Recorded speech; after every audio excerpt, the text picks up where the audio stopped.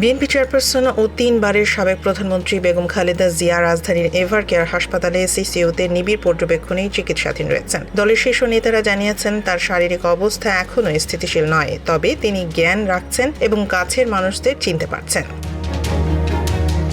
এদিকে দেশ জুড়ে তার সুস্থতা কামনায় দোয়া ও প্রার্থনা অনুষ্ঠিত হচ্ছে। মসজিদ, মন্দির সহ বিভিন্ন স্থানে বিএনপির উদ্যোগে দোয়া মাহফিল চলছে।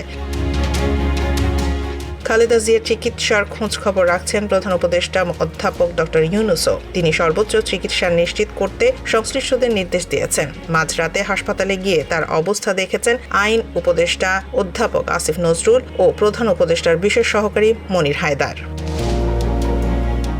এছাড়া বিএনপির মহাসচিব মির্জা ফখরুল, মির্জা আব্বাস, ডক্টর আব্দুল মঈন খান সহ স্থায়ী কমিটির সদস্যরাও সিসিইউতে গিয়ে খালেদা জিয়ার খবর নেন।